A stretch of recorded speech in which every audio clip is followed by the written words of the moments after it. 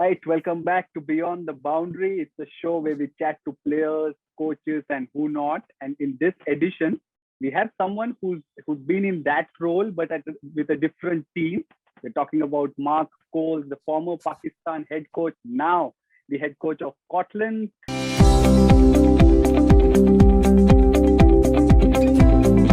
Hi, Mark. Good to have you back. How are you? No, nice to be back as always. Yeah, thanks for having me. Let's start right into it. You are coaching Scotland right now. What's it been like working with the team? Yeah, it's great. Look, we've got some room for improvement, which is fantastic, and that's what we're working on. It's pretty cold here. First time I've ever coached in snow, which was a couple of weeks ago. But the girls are really engaging and really willing to learn, which I think is a big part of it. And obviously getting my way around Scotland and seeing some of the girls that 3.5 hours away from where I am in Edinburgh. Right, and you are replacing Steve Knox, the outgoing head coach. Had any interactions with him, and what did you understand from that? Yeah, I contacted him early on and just had a quick chat to him, but it's mainly been with the staff that were with him in his time. So I've caught up with Peter Ross, who's the assistant coach here at the moment, and having a good chat to him about where we can just make little gains with the team moving towards the series in Ireland next week. So that's pretty exciting for these players because they haven't played since September 2019. Yeah, as I said, it's a role that you are familiar with. You were head coach of Pakistan. What are the takeaways from that role that you bring to this team in Scotland? Oh, look, I think that it's a little bit different because the players here aren't obviously professional players. They all work or they're at school or university.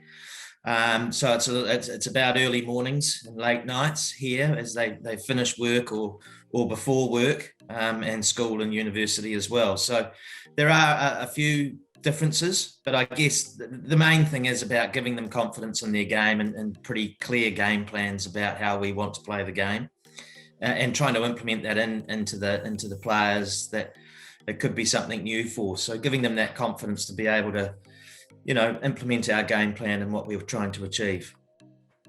Let's talk about Scotland. The mention of the Bryce sisters in Kathryn and Sarah cannot be far. Those two, along with Abtaha Maksud, of course, are also the part of the 100. Tell us more about working with the Bryce sisters and how they are and as a part of the squad. Well, yeah, it's difficult because they're obviously based in the UK. Abtaha's here and she had her first outing for a couple of weeks on Sunday and did very, very well. I mean, she's a great person and again, another one really willing to learn and ask questions. But the Bryces I haven't actually met in person, and I only will meet them in person on the 21st when we gather in Ireland. So I've obviously had a lot of Zoom meetings, which is the normal thing these days, but and following their progress as they continue their pre-season down in England. And they've had a very good pre-season, so that's great for us. And, Sarah and Kathryn are both very good players, but we must learn that, we just can't really rely on Sarah and Kathryn Abtaha to carry this team. It's about the whole team and the whole squad getting us through this next series against Ireland. Yeah, and one of the members of the squad is a young off-spinner in Katherine Fraser. Tell us more about her because you worked with some legends like Sana Mir, and then you've also had an eye on Zameen Shamim, one of the off-spinning all-rounders. How does Katherine Fraser sit among them?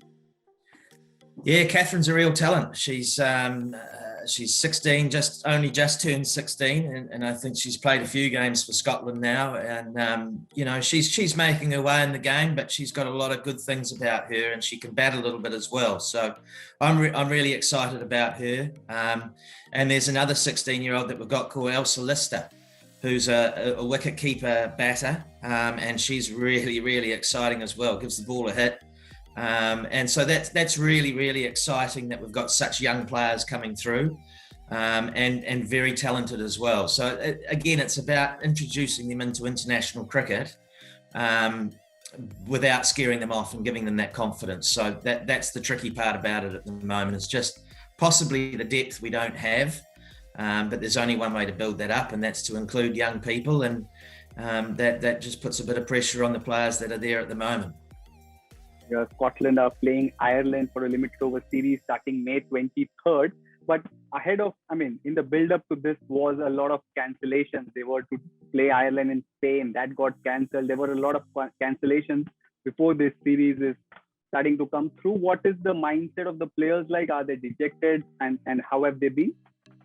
Well, I think they have been. We've managed to play a couple of games where we've included everybody in the squad with the exception of Sarah and Kathryn. That's been over the last 3 weeks. But, you can just tell now that there's a bit of excitement around, and I'm sure it's the same for the Irish players as well, that finally, since September 2019, 3 goes at getting this tour up and running. It's the 4th time lucky. They'll be able to go out and play some international cricket. So I think now it's a little bit more of excitement that it's happening, that it's a week away, that there's no sign here of coronavirus numbers getting out of hand, and it looks like the tour will go ahead. There's no isolation that they have to worry about because Belfast or Northern Ireland is part of the British Isles. So it's pretty exciting for them all. They're getting used to sort of thinking about packing their bags again and heading off, which was great. We're talking about game time. Ireland have had some because they're involved in the Super Series that is on, which is not so the case with Scotland. Is that a worry for you as a head coach going into an important series like that? Oh, well, we've been having games against teams down in the UK. So we've had a what we call our Wildcats A team, which we have included some of our players that are obviously going to take place in Ireland. And this weekend especially will include most of the Irish players, as I said, without the Bryces. So we've been getting a bit of cricket in as well.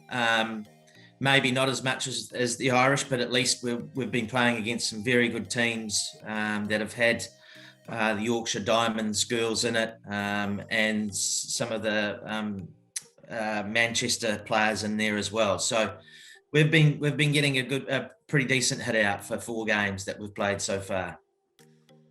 Lastly, this period sort of starts an important phase for cricket in Scotland. There's the T20 World Cup European qualifiers in August, and then towards the end of the year, there's the World Cup qualifier as well. So what are your plans? Are things set in place? How do you kind of plan to go about with all these stuff? Yeah, well, we do have some plans in place, and we're going to put some camps in place as well and try and get as much done before the winter kicks in, which will be about September. So I'm led to believe that it'll start to get a bit cooler. So we just need to work. We need to work smarter, but we also need to be hardworking as well, and I think that's really important. So using the most of our indoor facility out at the Mary Erskine School over those winter months, but also trying to get as many games as we can and many tours as we can in as well. So I think we can sneak in another couple of tours potentially before these qualifiers come about, and then being really smart about where we go for the week before we start the qualifiers, I think is important as well. So there's a lot of exciting things coming up for us. There's the Commonwealth Games qualifiers in January 2021 as well, which will be huge for these girls. Only 1 spot remains, but someone's got to have that 1 spot, and if we're in it, we've got a chance to win it. So we might as well give it a go. But it's exciting times for cricket in Scotland for the female area, as it is with the whole of Cricket Scotland, which it's just so nice to see them with smiling faces and cricket bats and balls out again on a field without too many restrictions. Right, Mark, we know how good an impact you have as a head coach of any unit. We wish you all the best for the series ahead, as well as the stint with Scotland. Oh, thanks very much for having me, and it's always lovely to chat to you, and I hope everybody in India is looking after themselves as well.